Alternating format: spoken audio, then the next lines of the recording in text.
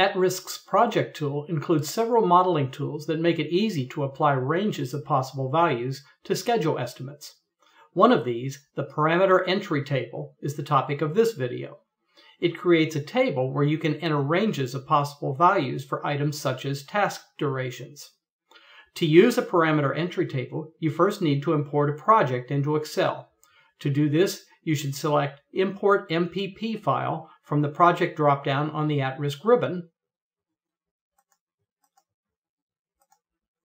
and locate the file Parameter Entry Table MPP available from the At-Risk example files to import this project into Excel.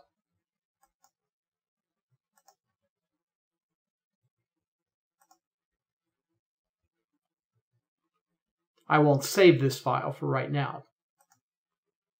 Then you should select Parameter Entry Table from Model Tools on the Project dropdown of the At-Risk ribbon.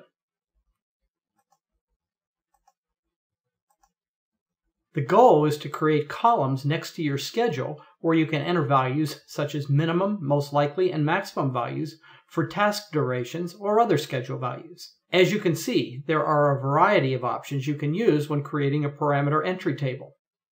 The Field dropdown lets you select the type of data you want to enter ranges of possible values for. For now, you can select task duration, a common source of uncertainty when scheduling. The Using Distribution section lets you select the at-risk distribution that will use values from the table. These values will create a probability distribution that specifies the range of possible values for each task's duration and their relative likelihood of occurrence. You have many options here, but for now you can use the triangular distribution, which takes minimum, most likely, and maximum possible values as arguments.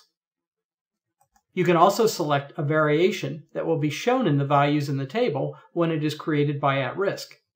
By using 10% below and 10% above, you are specifying that the minimum and maximum of each triangular distribution are respectively 10% below and 10% above the most likely value, which is the original deterministic value in the schedule.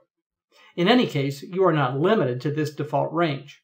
Once the table is created, you can edit the table values directly in Excel to customize the range for any task. In the Build Entry Table section, you can choose to build a parameter entry table for all tasks in your project or just selected ones. For some projects, you might want to apply a range of possible values to every task in the schedule. For others, you might want a table only for a group of tasks.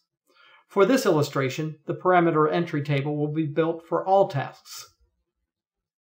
When you click OK, you get a warning about overwriting values with distributions. You can click OK for this.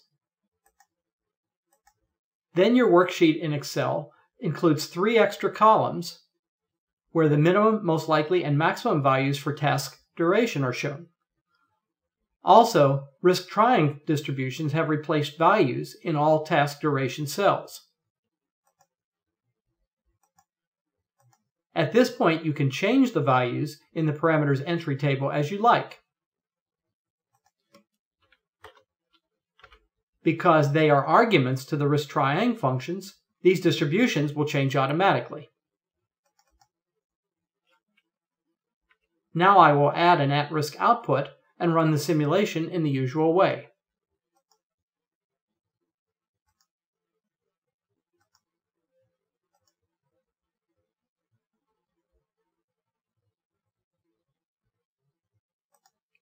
It is easy to update your parameter entry table to see how simulation results change under different assumptions.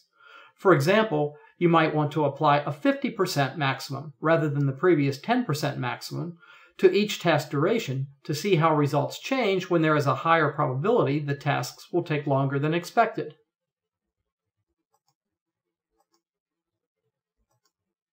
All I have to do is change this to 50%. Overwrite? Yes. Now the maximums are higher. Another useful option is to add the table to your MPP file.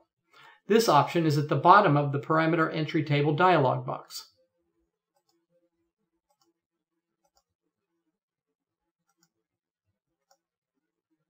Again, I'm warned about overwriting.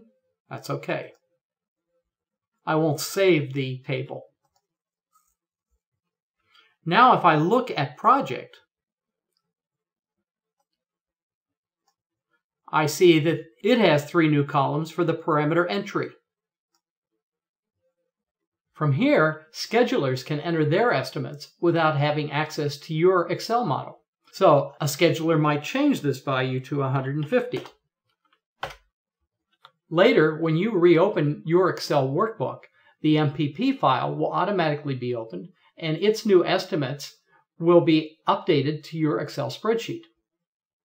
Alternatively, you can select Sync Now from the project dropdown on the at-risk ribbon to update your Excel spreadsheet with new values from the MPP file.